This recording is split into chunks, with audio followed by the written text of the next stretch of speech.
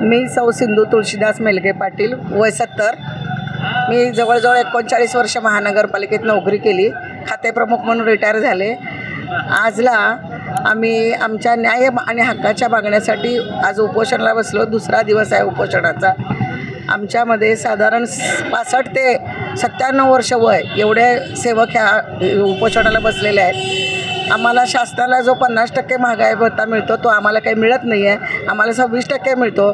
त्यामुळे दरमहा आम्हाला साधारण 4 ते 5 हजार रुपयांनी कमी पडतं। ज्या लोकांना गॅस 830 रुपयाला मिळतो, आम्हालासुद्धा 830 रुपयालाच घ्यावा लागतो। आमच्या आहे त्या पगारात पेन्शनमध्ये भागू शकत नाही आणि महागाई अत्यंत वाढलेली आहे। त्यामुळं आमची जी मूळ मागणी आहे आणि महत्त्वाची आहे की आम्हाला महागाई भत्ता 24% त्वरित 15 ऑगस्टला द्यावा आणि त्याचा फरकही द्यावा।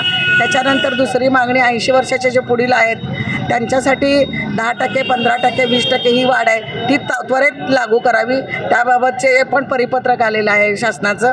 दुसरं आमचं 1 वर्षाचा 2021 सालचा 7व्या वेतनाचा फरक राहिलेला आहे, तोही आम्हाला त्वरित द्यावा। आम्हाला साधारण महिन्याला 5-6 हजार रुपये तर औषधावर जातात आमचे स्वतःचे। ही बाब लक्षात घेता आणि आमच्या वयाचा विचार करता आणि आमचं उर्वरित आयुष्य आमच्या पुढे अतिशय कमी आहे, ह्या सगळ्या गोष्टीचा विचार करता प्राधान्याने आणि त्वरित आम्हाला आमच्या मागण्या द्याव्यात ही विनंती।